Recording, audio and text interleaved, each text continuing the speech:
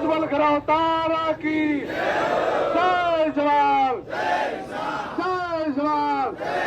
किसान एकता जिंदाबाद, किसान एकता जिंदाबाद, भारतीय शासन जिंदाबाद। हम अपना अधिकार मांगते, हम अपना अधिकार मांगते। कौन बनाता हिंदुस्तान, कौन बनाता हिंदुस्तान? किसान किसान भाई भाई, किसान किसान भाई भाई।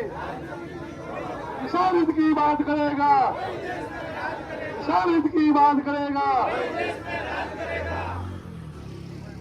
सभी पधारे हुए मेरे पिता तुल्य बुजुर्गों, सबको राम राम।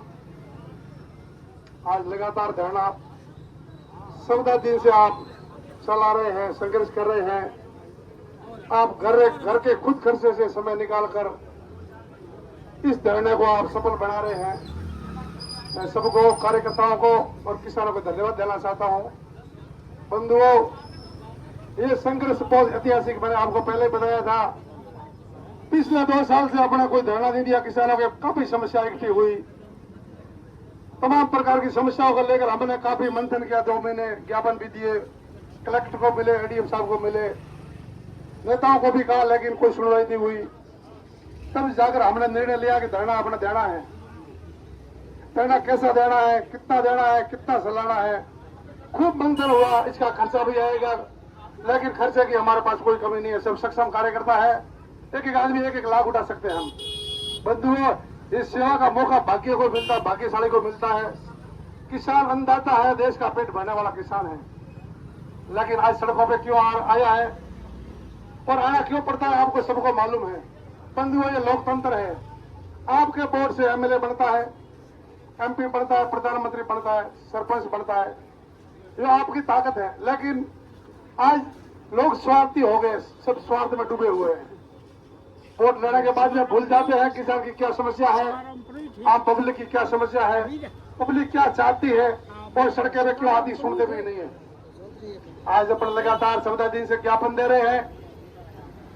अपने भारतीय किसान संघ के जो भी आगे पदाधिकारी है वो भी मेहनत कर रहे हैं, किसान का अपना हक मिले। आपको सबको मालूम है अपनी समस्या क्या है। हम हमेशा भाषण दे रहे हैं, आगे क्या कार्रवाई हो रही है मैं आपको संक्षेप में बता दूं। अभी 2 दिन पहले छुट्टी थी। अपन की मुख्य मांग कृषि आदान अनुदान 2022 का जो स्वीकृत है। कृषि आदान अनुदान मतलब जो अपने फसलें खराब होती है तो भारत सरकार कुछ अपने को राहत देती है। 1 हेक्टर का 17,000 रुपये होता है, 2 हेक्टर का 34,000 हाईएस्ट है, 34,000 रुपये।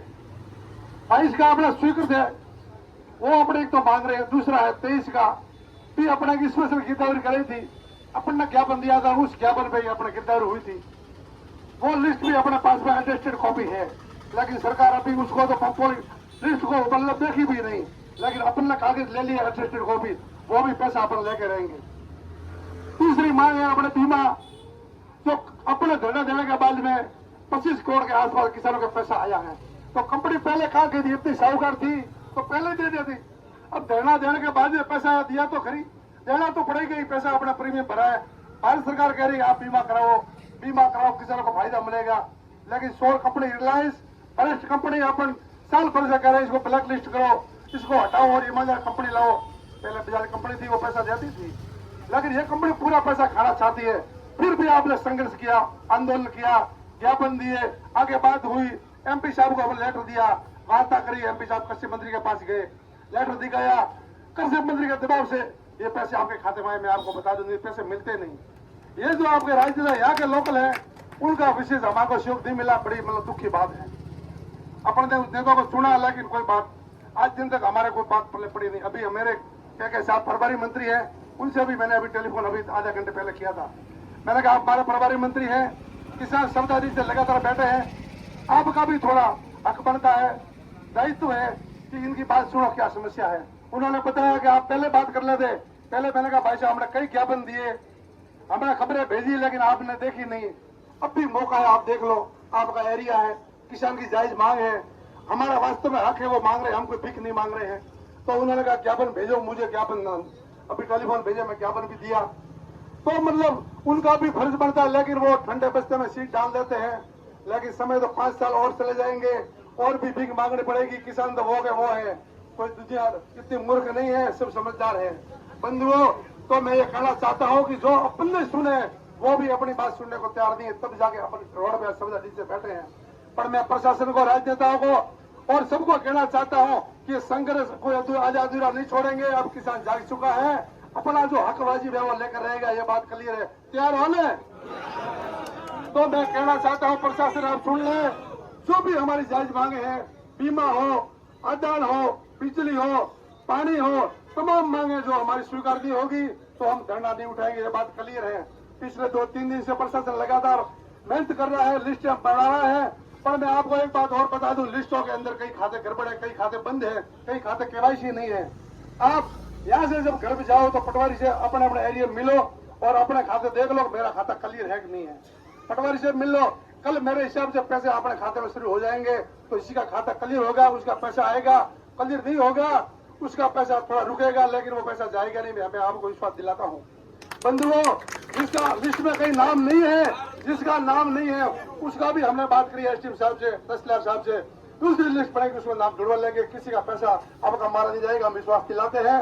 बात चित्रवाड़ा के अंदर अभी पोर्टल नहीं खुल रहा है, पिछले 12 महीने से पोर्टल बंद था। ये धरना देने के बाद में पोर्टल शुरू हुआ है, अभी 40 गाँव का पोर्टल खुला नहीं है, पर वो भी पोर्टल खुलेंगे और पूरा पैसा लेंगे। बंधुओं, ये संघर्ष जो है ना आपका, ये संघर्ष एक नया रूप लेगा और नई जागृति और क्रांति लाएगा। आप में जागृति जगी, इनका भी मैं आपको बहुत धन्यवाद देता हूँ। जब तक संघर्ष करना आप सीखेंगे नहीं, अपने मन में जागृति नहीं लाएंगे, क्रांति नहीं लाएंगे, तब तक कोई सुनने वाला नहीं है। बंधुओं, संघर्ष जीवन में लाना जरूरी है, घर बैठे कोई सुनने वाला नहीं है। आज की दुनिया में ये कलयुग है, सब लोग स्वार्थी है, अधिकारी हो, नेता हो, कोई भी हो, स्वार्थ के बिना सब स्वार्थ में डूबे हुए, पैसे इकट्ठा करने में लगे हुए, पैसा कमाओ पैसा कमाओ पैसा कमाओ। लेकिन उनको ये मालूम नहीं है मृत्यु हो गए, पैसा साथ में जाने वाला नहीं है, पैसा यही पड़ा रहेगा। लेकिन ये वो समझते हम मरेंगे भी नहीं, जिए अमर अजर अमर है। बंधुओं, लोग कभी सोचते नहीं हम भी एक दिन जाने वाले हैं। किसी का हक छीनते हैं, किसी का हक मारते हैं, अपन वोट लेकर जाते हैं, फिर उनकी सूझबूझ नहीं लेते हैं।